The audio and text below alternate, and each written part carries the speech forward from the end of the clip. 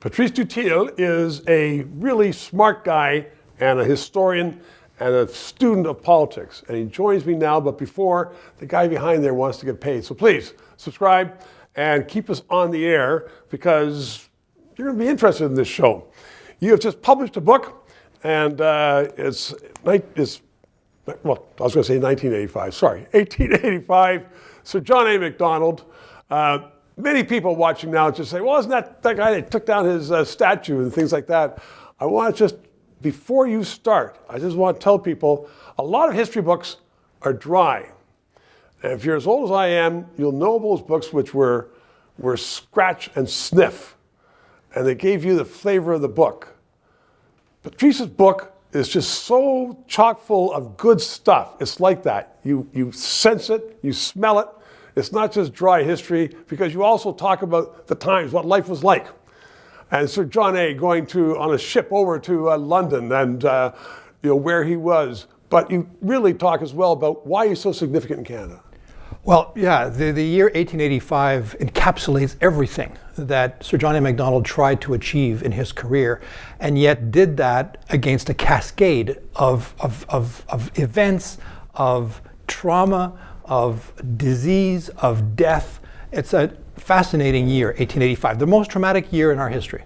And it was a new country, and he was building it. He was still adding provinces, but you talk about what life was like.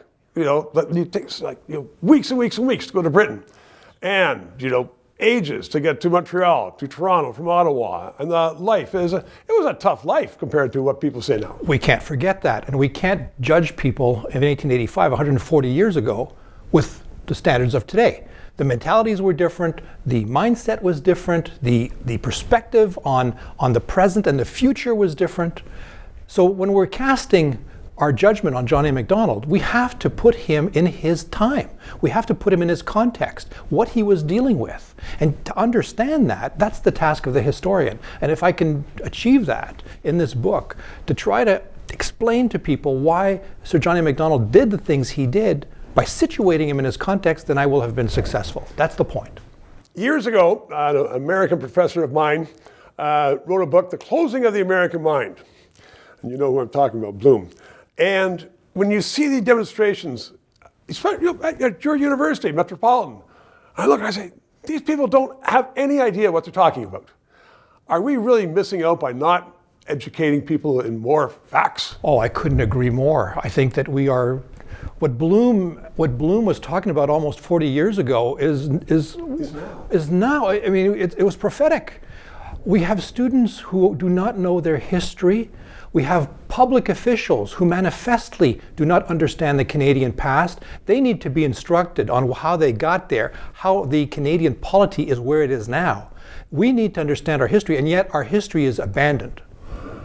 I'm out of time, but you're coming back, so thank you very much. 3 minutes. To those of you who have subscribed and donated, a heartfelt thank you. You're keeping us on the air.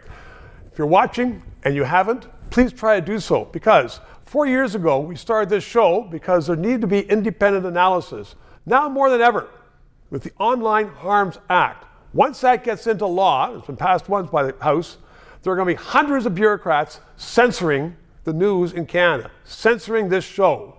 We need to keep it on the air. Thanks for your support.